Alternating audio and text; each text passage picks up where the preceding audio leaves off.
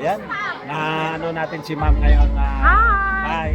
Sikat ng Madrid. Siya pala ang Sikat sa Madrid. Ako sikat sa yung Madrid. reigning Mrs. Reigning. Spain 2023. Ayan. Nakakapanalo lang last July 2.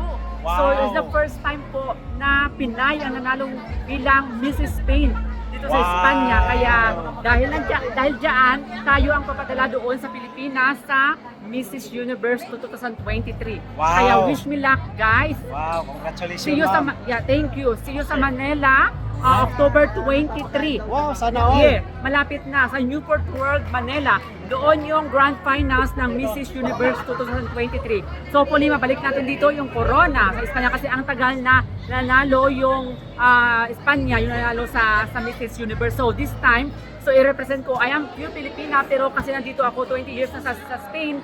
So, I will going to represent Madrid sa Mrs. Universe this year. So, Wow. wish me luck. Ay, muchísimas gracias ma'am.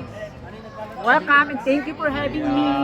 Follow also my Facebook account, Sikat sa Madrid Facebook account. So, diyan nyo ako makikita lahat ng journey ko going to Mrs. Universe. Diyan ko pinopost kaya just follow me guys. please. Ayan, i-follow natin siya ma'am. Sikat sa Madrid. Mga Lodi, Sikat sa Madrid. Ayan. Yes.